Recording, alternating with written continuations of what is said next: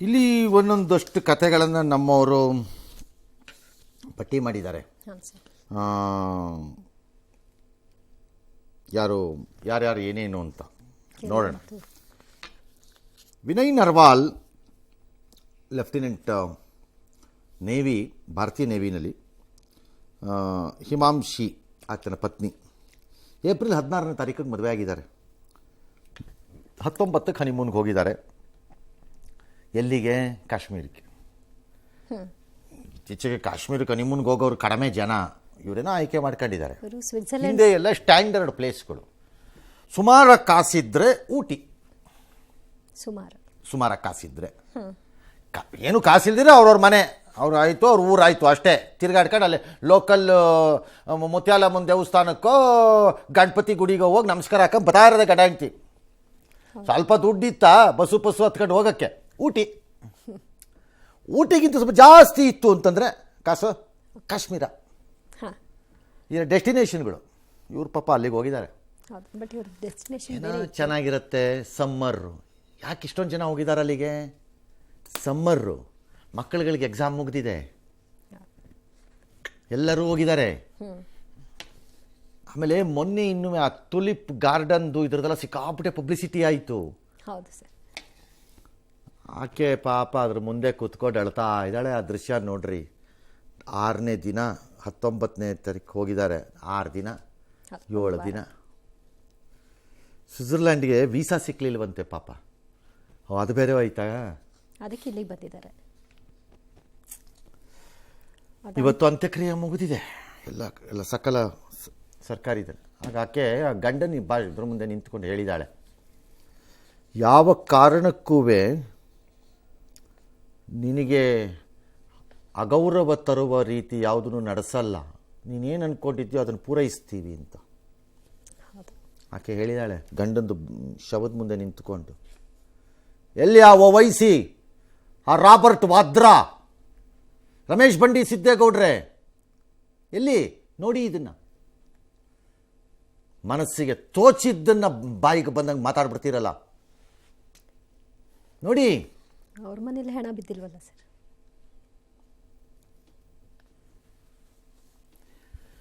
ಕಾನ್ಪುರದ ಸಿಮೆಂಟ್ ವ್ಯಾಪಾರಿ ಶುಭಂ ದ್ವಿವೇದಿ ಕುದುರೆ ಸವಾರಿಗೆ ಹೋಗಿದ್ರು. ಅದೇ ಶ್ಲೋಕ ಹೇಳು ಅಂದರು. ಹೇಳಿದ ಗುಂಡು ಹೊಡೆದ್ರು. ಇದನ್ನೇ ಬೇರೆಯವರು ಫಾಲೋ ಮಾಡಿದ್ರೆ ಎಷ್ಟು ತಲೆ ಉದುರಿಸ್ಬೋದು ಅನ್ನೋದನ್ನ ನೆನಪಿಟ್ಕೊಳ್ಳಿ ಎಲ್ಲರೂ. ಯಾರಿಗೆ ಹೇಳ್ತಿರೋದು ಇದನ್ನು ನಾನು? ಇದಕ್ಕೆ ಸಪೋರ್ಟ್ ಮಾಡಿ ಮಾತಾಡ್ತಾರೆ. ಇದಕ್ಕೆ ಸಪೋರ್ಟ್ ಮಾಡೋ ಬಚ್ಚಲ ಬಾಯಿಗಳಿಗೆ ಹೇಳ್ತಿರೋದು ಇದನ್ನು ಉಳಿದವ್ರಿಗಲ್ಲ. ಯಾಕಂದರೆ ಫಾರ್ ದಿ ಫಸ್ಟ್ ಟೈಮ್ 50 ವರ್ಷದಲ್ಲಿ ಸ್ಥಳೀಯರಿಗೆ ಅರ್ಥ ಆದಂಗಿದೆ. ಇನ್ನೊಂದು ನೆರೆ ದೇಶ ಮತ್ತು ದೇಶದ ಒಳಗಡೆ ಇರುವಂತಹ ದ್ರೋಹಿಗಳೇನಿದ್ದಾರೆ, ನಾಗರಹಾವಿನ ಥರ ನಾಲಿಗೆ ಇಟ್ಕೊಂಡಿರೋರು ಯಾರ್ಯಾರು ಇದ್ದಾರೆ ದೇಶದ ಒಳಗಡೆ ಇರೋರು, ಇದು ಇವ್ರದ್ದು ಕಿತಾಪತಿ ಇದು ಅಂತ ಅಲ್ಲಿ ಜನಕ್ಕೆ ಅರ್ಥ ಆದಂಗಿದೆ. ಹಾಗಾಗಿ ಅವ್ರಿಗೆ ಹೇಳ್ತಿಲ್ಲ ನಾನು ಇದನ್ನು, ಇವ್ರಿಗೆ ಹೇಳ್ತಿರೋದು. ಇಸ್ಲಾಂ ಶೋಕ್ ಪ್ರೊಫೆಸರ್ ಅಂತೆ, ಅಸ್ಸಾಂ ಮೂಲದ ದೆಬಶೀಶ್ ಭಟ್ಟಾಚಾರ್ಯ ಅಂತ. ಅಲ್ಲಿ ಒಂದು ಜನ ಕೂತಿದ್ರಂತೆ, ಅವರೆಲ್ಲ ಹೇಳ್ತಿದ್ರಂತೆ. ಮೋಸ್ಟ್ಲಿ ಅವ್ರು ಮುಸ್ಲಿಮ್ಸ್ ಇರಬೇಕು, ಕೇಳಿಸ್ಕೊಂಡಿದ್ದಾರೆ, ಅದನ್ನೇ ಹೇಳಿದ್ದಾರೆ. ಅಲ್ಲಿ ಕೂತಿದ್ದ ಯಾರೋ ಮುಸ್ಲಿಂ ಬರಬಾರ್ದು ಅಲ್ಲಿಗೆ ಅಂತೇನಿಲ್ವಲ್ಲಪ್ಪ, ಇದಾರಲ್ಲ ಬಂದೆಲ್ಲ ಅವರು ಇದಾರಲ್ಲ, ಅವರು ಹೇಳ್ತಿದ್ರು ಇದನ್ನು, ಶ್ಲೋಕನ, ಅದ್ಯಾವುದೋ ಇದ್ರದ್ದನ್ನು. ಕಲ್ಮ. ಇವರಲ್ಲಿ ಪಕ್ಕದಲ್ಲಿ ಕೂತಿದ್ರಲ್ಲ, ಇವರು ಕುತೂಹಲಕ್ಕೆ ಅದನ್ನು ಕೇಳಿಸ್ಕೊಂಡು ಇವರು ಹೇಳ್ತಾ ಇದ್ದಾರೆ ಸುಮ್ಮನೆ. ಆದರೆ ಇವ್ರ ಪಕ್ಕದಲ್ಲೇ ಇದ್ದವನಿಗೆ ಒಬ್ಬನಿಗೆ ಗುಂಡು ಹೊಡೆದು ಬಿಟ್ರಂತೆ. ಅವ್ರು ಹೇಳ್ತಿದ್ರಂತೆ. ಸರಿ ಹೇಳ್ತಿದ್ರಲ್ಲ, ಅವನನ್ನು ಬಿಟ್ಟು ಹೋಗಿದ್ದಾರೆ. ಮಲ್ಕೊಂಡಿದ್ದ ಅವನು ಇನ್ನೊಬ್ಬನು ಹೊಡೆದ್ರು. ಅವನು ಹೊಡೆದ್ರಾ? ಅಯ್ಯೋ. ಗುಜರಾತ್ನ ಯತೀಶ್ ಪರ್ಮಾರ್, ಮೊರಾರಿ ಬಾಪು ಇದು ರಾಮಕಥೆ ಕೇಳ ಕಾಶ್ಮೀರ್ಗೆ ಹಾಕಿ ಹೋಗಿದ್ರಂತೆ. ಉಗ್ರರ ಗುಂಡಿನಲ್ಲಿ ಯತೀಶು ಹಾಗೂ ಮಗ ಸಾವು, ಇಬ್ರು ಡಮಾರ್, ಅಪ್ಪ ಮಗ. ಬರೀ ಹೆಂಡತಿ ಮಾತ್ರ ಈಗ ವಾಪಸ್ಸು.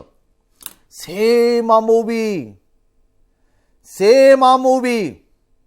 ಆವತ್ತಿನ ದಿನ ಆ ಚಿತ್ರ ಬಂದಾಗ ಬುರುಡೆ ಬಿಟ್ಕೊಂಡು ಮಾತಾಡಿದ್ದಂಥವ್ರನ್ನೆಲ್ಲ ಕರ್ಕೊಂಬಂದು ಸರ್ಕಲ್ಗಳಲ್ಲಿ ನಿಲ್ಸಿ ಕಲ್ಲು ಹೊಡಿಬೇಕಿವತ್ತು. ಸೇಮ್ ಮೂವಿ, ಏನು ವಿರೋಧ ಮಾಡಿದ್ದು ಏನು ವ್ಯತ್ಯಾಸ ಇಲ್ಲ.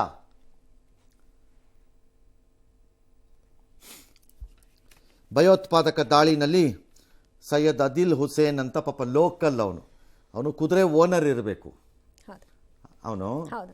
ಏನು ಬಾಯಿಗೆ ಬಂದಂಗೆ ಹೊಡಿತಿದ್ದಾನೆ ಅಂತ ಕಿತ್ಕೊಳಕ್ಕೆ ಹೋಗಿದ್ದಾನಂತೆ. ಅವನು ಹೊಡೆದಿದ್ದಾರೆ, ಅವ್ನು ಬಿಟ್ಟಿಲ್ಲ. ಅವನು ಸತ್ತಿದ್ದಾನೆ ಪಾಪ ಅಲ್ವೇ? ಹೌದು ಸರ್. ಯಾರಾದ್ರೇನು ಎಲ್ಲ ಒಂದೇ, ಸಾವು ಸಾವೇ. You cannot differentiate in death. ದೀರ್ಘಕಾಲದ ಹಿಂದೆ ಈ ಪ್ರಶ್ನೆಯನ್ನು ಕೇಳಿ ನಾನು ಭಾಳ ಜನದ ಕಾಂಪನ್ಸೇಷನಿಂದ ಅಮೌಂಟೇ ಚೇಂಜ್ ಮಾಡಿಸ್ಬಿಟ್ಟಿದ್ದೆ ಒಬ್ಬ ಚೀಫ್ ಮಿನಿಸ್ಟರ್ ಹತ್ರ, ಒಬ್ಬರ ಹತ್ರ. How do you differentiate in death ಅಂದ್ಬಿಟ್ಟು ಅವ್ರು ಸಿ ಎಮ್ ಒಪ್ಕೊಂಡ್ರು, ಯು ಆರ್ ರೈಟ್ ಅಂತ. ನನಗೆ ಅದು ನೆನಪಿದೆ ಇನ್ನೂ. ನಾನು ಮಾತಾಡ್ತಿರೋದು 30 ವರ್ಷದ ಹಿಂದೆ. ಹಾಗಾಗಿ ಸಾವಲ್ಲಿ ನಾವು ವ್ಯತ್ಯಾಸ ನೋಡಬಾರ್ದು. ಯಾರು ಸಾವಾದರೂ ಸಾವೇ. ಸಾಯ್ಸೋಕೆ ಬಂದವರ ವ್ಯತ್ಯಾಸ ನೋಡಿದಾರಲ್ಲ ಸರ್. ಅದಕ್ಕೆ ಹೇಳ್ತಿರೋದು, ಓ ಬಚ್ಚಲು ಬಾಯಿಗಳೇ, ಬಾಯಿ ಮುಚ್ಚಿಕೊಂಡು ಇರುವುದಾದರೆ ಸರಿ, ಇಲ್ಲದಿದ್ದರೆ ಮೂತಿ ಜಜ್ಜು ಬಿಡ್ತೀವಿ ಅಂತ. ಎಸ್.